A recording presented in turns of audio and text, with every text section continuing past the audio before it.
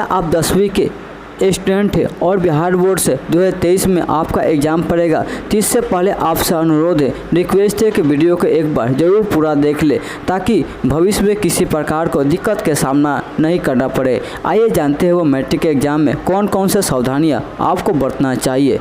आपको पता है बिहार बोर्ड में टोटल 500 नंबर की सब्जेक्ट होती है, जिसमें 100 नंबर की मैथ, 100 नंबर की सोशल साइंस, 100 नंबर के साइंस और 100 नंबर की हिंदी और 100 नंबर के संस्कृत, यानी टोटल 500 नंबर के सब्जेक्ट होते हैं। मन में एक सवाल आता होगा कि मैट्रिक के एग्ज़ाम में पास होने के लिए कितना नंबर चाहिए, यानी कितना नंबर कंपलसरी है पास होने के लिए। तो बता दूं कि मैट्रिक जो एग्ज़ाम होता है टोटल 500 नंबर होता है, उसमें कम से कम आपको 150 नंबर लाना अदम अनिवार्य है। यानी 150 नंबर से कम अगर नंबर आपको आता है तो यानी फेल हो जाते हैं। कम से कम 150 नंबर लाना अनिवार्य है। पास मार्क के लिए कम से कम 150 नंबर लाना अनिवार्य है। ये बात हमेशा याद रखिएगा। यानी मैट्रिक एग्ज़ाम में जो 500 नंबर का होता है उसमें कम से कम 150 नंबर आपको लाना अनिवार्य है। इससे कम नंबर अगर लाते हैं तो आप फेल हो जाते हैं। ये बात हमेशा याद रखिएगा। और साथ ही ये भी बात याद रखिएगा कि प्रत्येक सब्जेक्ट में 30 नंबर लाना अनिवार्य होते हैं। यानी टोटल 500 नंबर के सब्जेक्ट होती है, यानी 5 सब्जेक्ट होते हैं, math, science, social science, Hindi और संस्कृत।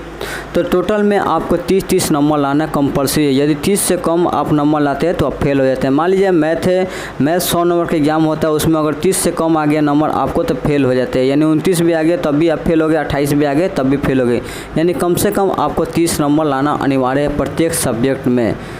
यदि मान लीजिए 4 सब्जेक्ट में आपको 50 नंबर आ गया और एक सब्जेक्ट में यदि 28 आपको नंबर आ गया तब भी आप फेल हो जाते हैं। इसलिए याद रखिएगा हमेशा कि प्रत्येक सब्जेक्ट में आपको 30 नंबर लाना अनिवार्य है। यानी कोई भी सब्जेक्ट हो कम से कम 30 नंबर लाना अनिवार्य है पासिंग मार्क के लिए।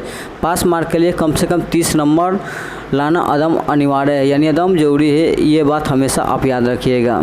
मैट्रिक के एग्ज़ाम में टोटल आपको समय दिया जाता है 3 घंटा 15 मिनट। यानी आंसर लिखने का जो समय दिया जाता है 3 घंटा 15 मिनट, उसमें जो 15 मिनट आपको एक्स्ट्रा टाइम दिया जाता है वो क्वेश्चन को पढ़ने के लिए दिया जाता है। और 3 घंटा के अंदर में आपको आंसर लिखना पड़ता है, यानी क्वेश्चन को आंसर देना पड़ता है। याद रखिएगा 3 घंटा 15 मिनट का समय मिलता है। जिसमें 60 नंबर का जो होता है वो होता है ऑब्जेक्टिव प्रश्न, यानी ओ मार्कशीट, यानी जो आपको टिक मार्क लगाना है। जो 60 नंबर का क्वेश्चन दिया जाता है, यानी उसका नाम है ऑब्जेक्टिव प्रश्न। और 20 नंबर का आपको लघु उत्तरीय क्वेश्चन दिया जाता है, अब 20 नंबर का दीर्घ उत्तरीय क्वेश्चन दिया जाता है। यानी शॉर्ट क्वेश्चन जो होता है 20 नंबर का और लॉन्ग क्वेश्चन होता है 20 नंबर का और 60 नंबर का होता है ऑब्जेक्टिव प्रश्न। ये बात हमेशा याद रखिएगा। टोटल 100 नंबर का होता है, जिसमें 60 नंबर का होता है ऑब्जेक्टिव प्रश्न, 20 नंबर का होता है लघु उत्तरीय प्रश्न और 20 नंबर का होता है दीर्घ उत्तरीय क्वेश्चन। 10वीं के एग्ज़ाम देने जा रहे हैं तो इन बात को ज़रूर याद रखिएगा। सबसे पहले आपको नाम, roll number, roll code, signature और रजिस्ट्रेशन नंबर लिखना अनिवार्य है। यह बात हमेशा आपको याद रखिएगा। अपना नाम, roll number, roll code, signature, registration number fill करना अदम कंपलसरी है। यदि इसमें से आप चूक जाते हैं तो समझिए आपका एग्ज़ाम ख़त्म हो जाते हैं। ये बात हमेशा याद रखिएगा। 10वीं का एग्ज़ाम देने जा रहे हैं तो ये बात हमेशा याद रखिएगा कि जो विज्ञान है यानी साइंस है और जो सोशल साइंस है सामाजिक विज्ञान है, उसमें 20 नंबर का प्रैक्टिकल एग्ज़ाम होता है और टोटल आपको 80 नंबर की इसमें क्वेश्चन होता है। जिसमें 40 नंबर होता है ऑब्जेक्टिव प्रश्न, 20 नंबर लघु उत्तरीय और 20 नंबर दीर्घ उत्तरीय होता है। यानी टोटल 80 नंबर का होता है। और इसमें आपको जो समय मिलता है 2 घंटा 45 मिनट का लिखने का समय मिलता है, जिसमें 15 मिनट आपको पढ़ने का समय मिलता है और 2.5 घंटा में यानी 2 घंटा 30 मिनट में आपको क्वेश्चन का हल करना पड़ता है। यानी 2.5 घंटा में क्वेश्चन का हल करना पड़ता है। ये बात हमेशा याद रखिएगा।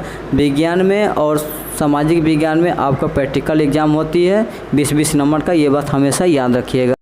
एग्ज़ाम में 150 नंबर से लेकर 224 तक आपको थर्ड डिवीज़न कहलाता है। यानी 150 नंबर आया और या 160 नंबर आई, 180 नंबर, या 201 नंबर आया या 220 नंबर आया तभी आपको थर्ड डिवीज़न कहलाता है।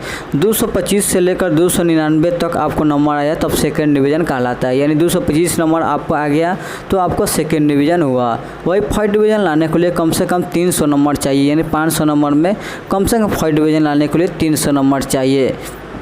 मैट्रिक या इंटर एग्ज़ाम से लेकर कोई प्रकार की मन में कोई सवाल है तो ज़रूर आप कमेंट बॉक्स में पूछिएगा, हम आपको कमेंट बॉक्स में रिप्लाई देंगे। और ज़्यादा कोई आपको प्रॉब्लम हो रहा है तो मेरे डिस्क्रिप्शन में मेरा नंबर है, ज़रूर आप कांटेक्ट कीजिएगा। किसी प्रकार को सवाल को हम जवाब आपको ज़रूर देंगे। धन्यवाद। वीडियो को सब्सक्राइब और लाइक करना ना भूलिएगा।